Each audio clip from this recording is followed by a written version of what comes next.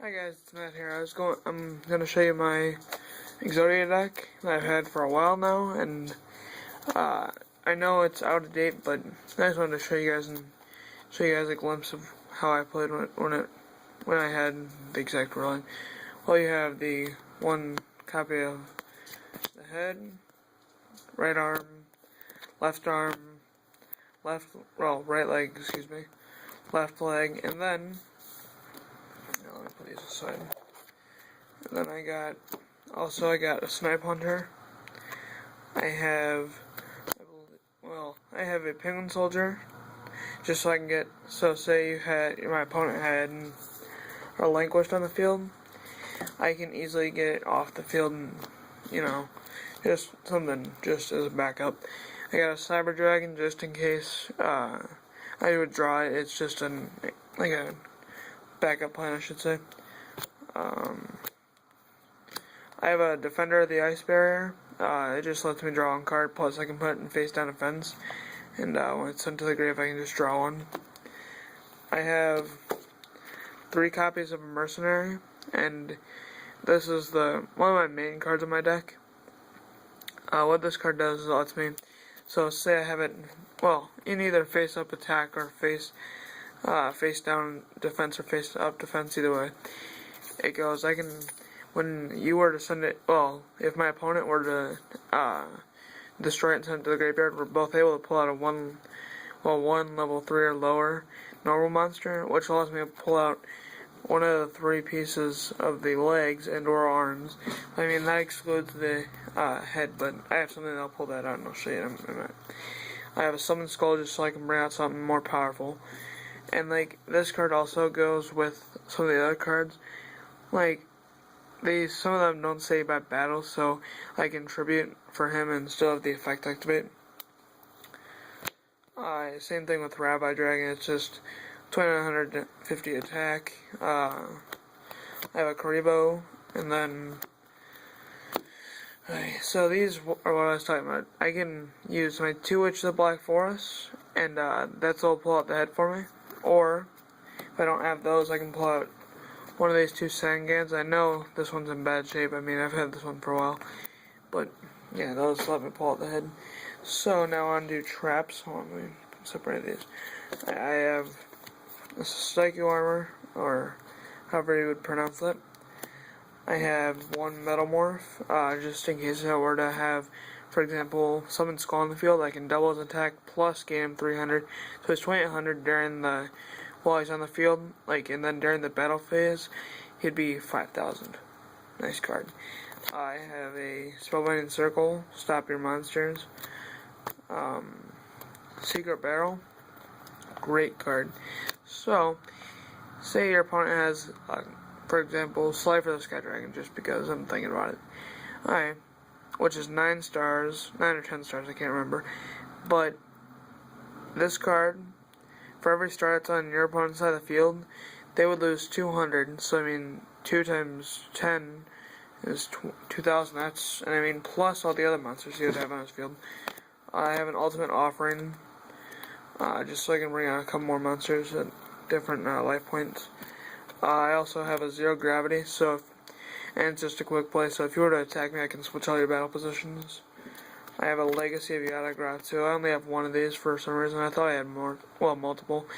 But what it says, if your opponent's running a Spirit deck, but not many people do anymore, but when Spirits first came out, they were very popular. But this card just lets you draw 1, either way. Well, Revealing Light, I can pay, for example, in multiples of 1000. So, I can pay, for example, maybe 3000 for an example. And I mean, some of your opponents, you'd have to think about what their deck structure is about it, just to understand it and get a grip of how much life points you should pay for that. But I mean, usually I pay around 4000-ish, because I know most decks do not have that. Well, most of some, but say your opponent were to activate Dust Tornado, something like that, just to get off the field. And then 2 Mirror Forces. These are not illegal just yet. And I have 1 Bottomless, which is up to standards, from what I understand. Alright, now on to spells. There's no extra deck inside deck for this. There's one card trader. So say, I'll show you guys a better perspective. So say I were to have say I were to have Dark World Dealings in my hand. I didn't want that in my hand. I can put that on the top of my deck.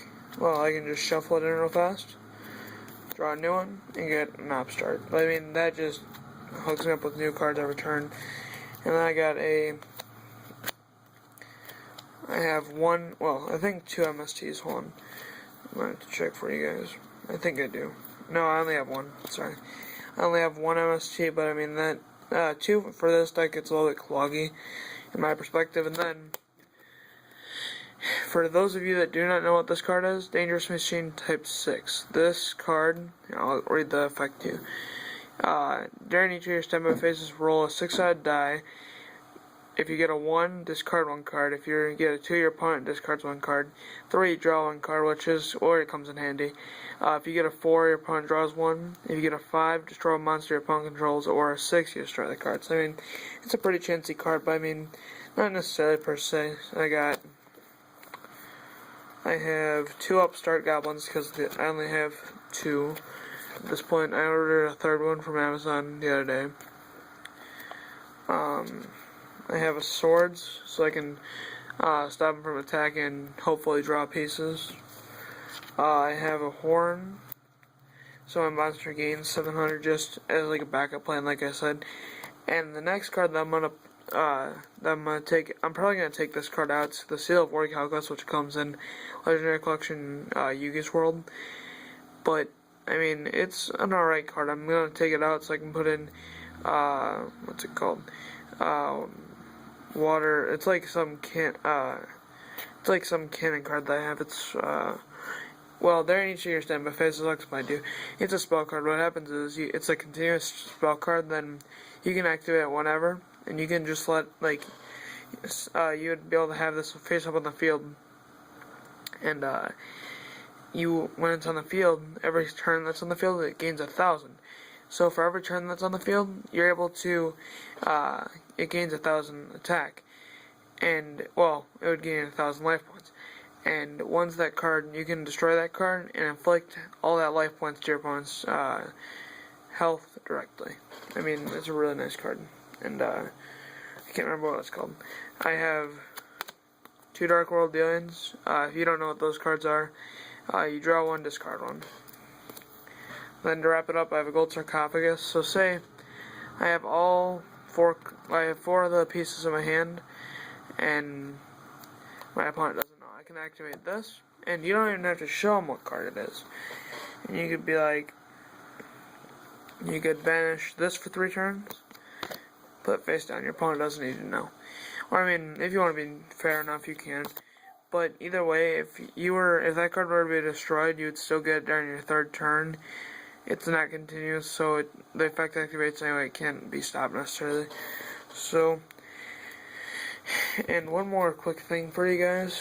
I'm going to be doing a relinquished deck profile here soon. Not a Pegasus one, but a relinquished, like that revolves solely around him and Thousand Eyes. If you guys think I should do it, maybe put it in this. I'm going to put a link in the description of cards that, well, actually just put some in the comments of what you guys think I should put in there, and then I'll look through my collection and see if I have them. And peace.